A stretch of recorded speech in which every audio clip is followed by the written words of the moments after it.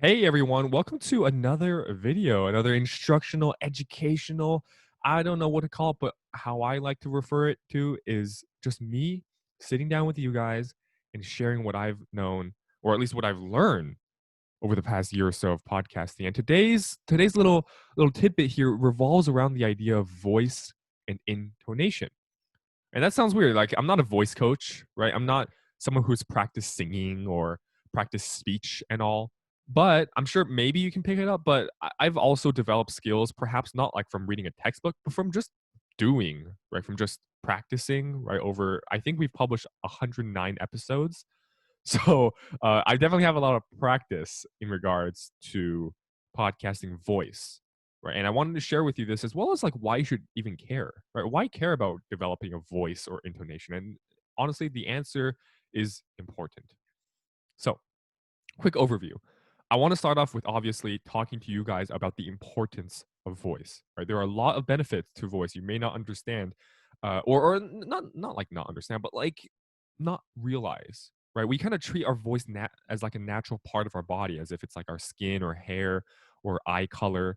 Right, but the difference I think with voice is that you can develop it, and there are ways to improve it. And what's great about this for podcasting, it's not like you're in front of a huge stage with a large audience staring at you, staring holes through your body, right? Podcasting is very intimate, right? The microphone's right up here. You're not really talking to an audience. You're talking to a screen, so to speak. So it's a very calming place to practice voice. It's not a very stressful environment, and it really does feel welcoming, right? And then, of course, I'll also talk to you about some tips and tricks to develop good voice for podcasting. Uh, and of course, finally, we'll mention something that's I'm sure you guys have heard before. Practice makes perfect. You do need to practice, and there are ways to practice before you even start recording a podcast. And we'll go over how to do that as well. So again, why voice? Right? The benefits of improving your voice are tremendous across the board, just not just in your school, but in your future as well. When you have a job, when you are applying to college or applying to grad school, any sort of career path you're thinking of, guaranteed your voice is going to be important. But just like in general, though, right? If you have a strong voice, and when I say strong, it doesn't mean loud. Right? A strong voice does not necessarily mean a loud voice. A strong voice is a confident voice, but more so a voice that has discovered who they are, right? Everyone has their own voice, right? I'm personally not a very loud person, right? Which is great because for podcasting, because for microphones, it can pick up any sort of whisper or anything. And some people do have a loud voice. Some people have like an introspective, slow voice. Other people are super excited and they love talking really quickly. Right? Everyone has a different voice, but you can always tune it, right? Just like a car, or just like a car where you need to tune up for you need to tune up for whatever performance you need to do. It's possible, right? So, but again, benefits of improving your voice, you get to share your thoughts more coherently, right? If you have a good voice, and when I say again, good voice is a good, developed, strong, confident voice, you can share your thoughts clearly, powerfully, right? Other people will hear it better and understand it more. And more so, it's an important skill in the workforce. If you have a good voice, people will respect you. People will understand you, right? If you need to convey something to your team, your voice is your instrument, right? And of course, I'm sure as you guys know, a voice is powerful in a democracy. Right, as I'm recording this, it's August, so it's a few months away from the November 3rd election, and it's actually my first 20. It's my first election where I'm eligible to vote, and time again, we've realized in our country that a strong voice is important for a democracy, right? It's not just going on Twitter and being able to say whatever you want, but also in person. When you need those strong discussions with your family, with your friends, with strangers, even, a strong voice is important to share your beliefs and to cater better discussions for democracy. And of course, your voice is unique to you, right? Everyone has their own voice. And if you don't know what it is, why not learn it? Right? I'm sure you're curious, right? What is your voice? What is your voice? And I can guarantee you through the art of podcasting, you can discover that. Right. And the TLDR here, podcasting will provide you an amazing opportunity to develop your voice. because not only is it's a perfect medium for voice, it's only just your voice, but also it's a very intimate environment. Like I said before, it's a very comfortable environment. It's not where you're standing in front of a crowd of thousands and you're giving a speech. Where obviously that's not a good place to practice. This place is. This place is a process of trial and error, growth and discovery. And for me, it took, you know, a decent number of episodes before I would say I was confident in my own voice. So no one should start off completely confident, right? If you do, that's great. But if you're not, don't worry about it, right? It's completely natural for you, for me, for everyone. All right, some tips and tricks, right? Speed. Like I said before, everyone has different speeds in their voice, right? Some people are super fast, some people are super slow. But for podcasting, speed is important because without, lips to follow, lips to follow, it's harder to actually listen to, right? If you don't have any visual cues and you're just listening, right? It's harder to follow along if the speaker is speaking fast, which is why for podcasting specifically, you generally need to speak a little bit slower. I would say like 80% slower than you would speaking normally. Simply because podcasting, while has a lot of benefits, it does have that single con where you do not have any visual cues to follow. So you do need to speak a little slower. But again, that's important as well because when you speak slower, you can enunciate those pauses, right? Those pauses where silence kind of fills up the room. That's a place where the audience can like kind of take back onto themselves and like, whoa, like you drop a bombshell of a statement like, you know, one raindrop raises the sea.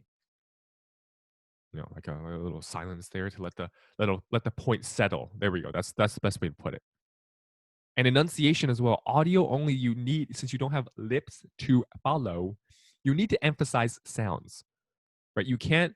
And here's what I've learned as well is when you think, right? You think as you speak, and that's kind of like how that translates. And sometimes when you think the words and you think it fast, you'll say it and it comes out jumbled like a, like a, like that.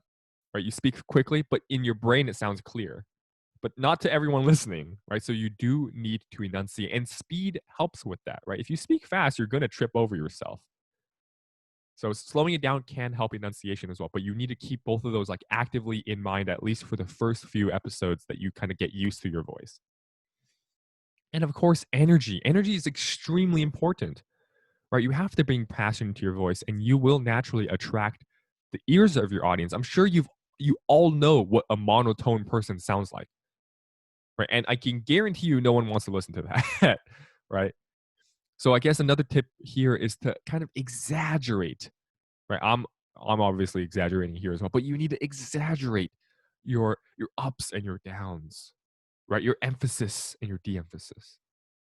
And therefore as you do exercises of exaggeration, once you bring it down a notch to your normal level, it does sound it does sound normal to you and it's more natural.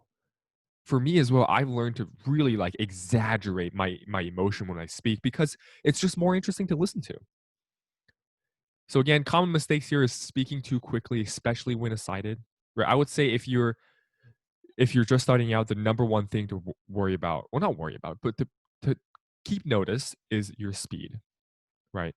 And of course, I know a lot of people are shy, and I think podcasting solves that a lot because, again, like I said, you're not in front of a crowd. So I wouldn't worry too much about shyness, but you need to make sure that you have your energy with you, right? Fake it till you make it, right? But you are now creating for an audience, right? So you have certain standards that you have to meet, right? This is not just like any sort of worksheet that you can fill out and turn in for full credit despite your effort.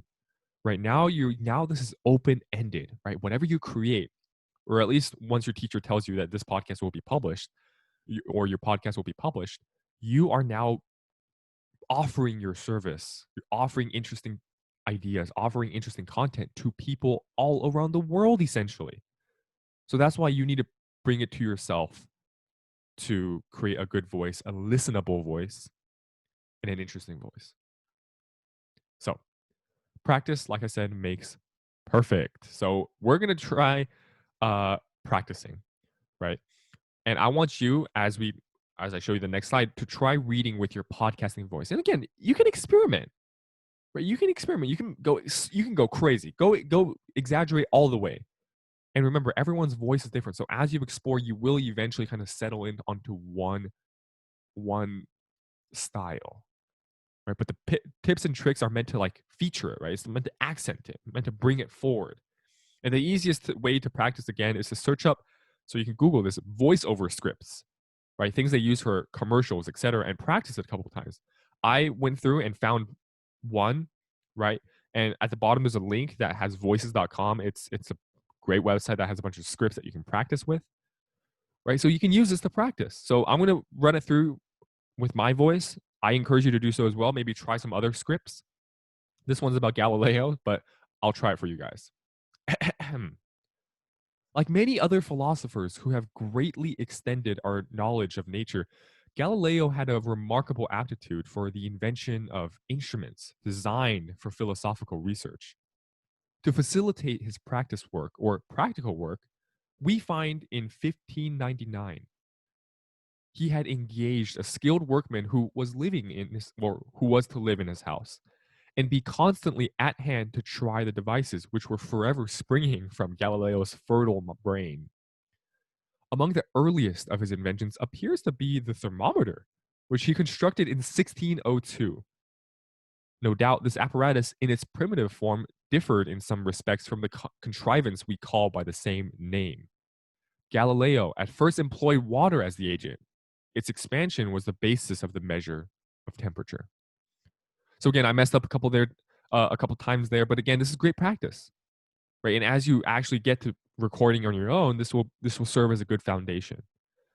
But other than that, that kind of wraps up what we have here for today's episode.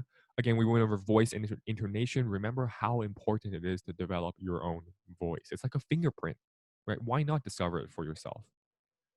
So other than that, appreciate you guys talking. I appreciate you coming here so I can talk to you. And with that, I'll see you guys in a future video explaining a little bit more about the intricacies.